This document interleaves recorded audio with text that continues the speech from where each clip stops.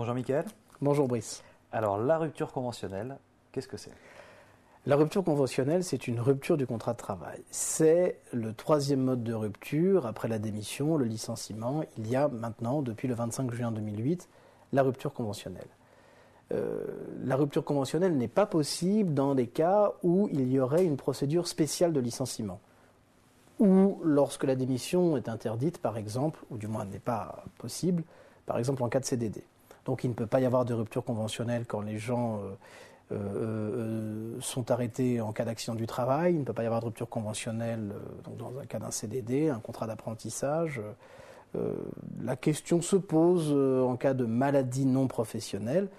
Mais globalement, dans les autres cas, la rupture conventionnelle est possible, y compris quand une procédure de licenciement pour motif économique est entamée dans l'entreprise. Une rupture conventionnelle, par ailleurs, avec d'autres personnes, est envisageable. Et alors, quelle différence avec une transaction?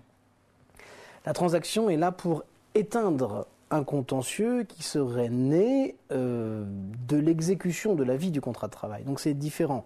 La rupture conventionnelle n'est pas la transaction. D'ailleurs, la jurisprudence n'admet pas que dans le même acte, il y ait rupture du contrat et transaction. La rupture, c'est une chose. La transaction, c'en est une autre. Elle va venir après pour éteindre des litiges potentiels qui pourraient voir jour. Et en cas de problème sur l'homologation de la rupture, quel est le juge compétent? Alors étonnamment, c'est une question qui a beaucoup été soulevée en 2008, c'est le juge prud'homal. Même si la rupture conventionnelle, on le verra plus tard, est homologuée par l'administration, c'est le juge prud'homal, donc le juge de droit privé, qui est compétent. Et pour les salariés protégés, la rupture, c'est possible également?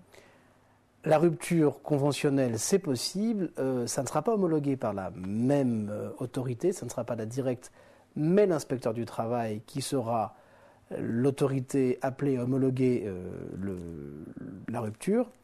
Toutefois, l'inspecteur du travail devra faire sa procédure classique d'enquête pour déterminer si la rupture conventionnelle répond bien à une volonté conjointe des parties et ne répond pas à autre chose. Merci beaucoup. Je vous en prie.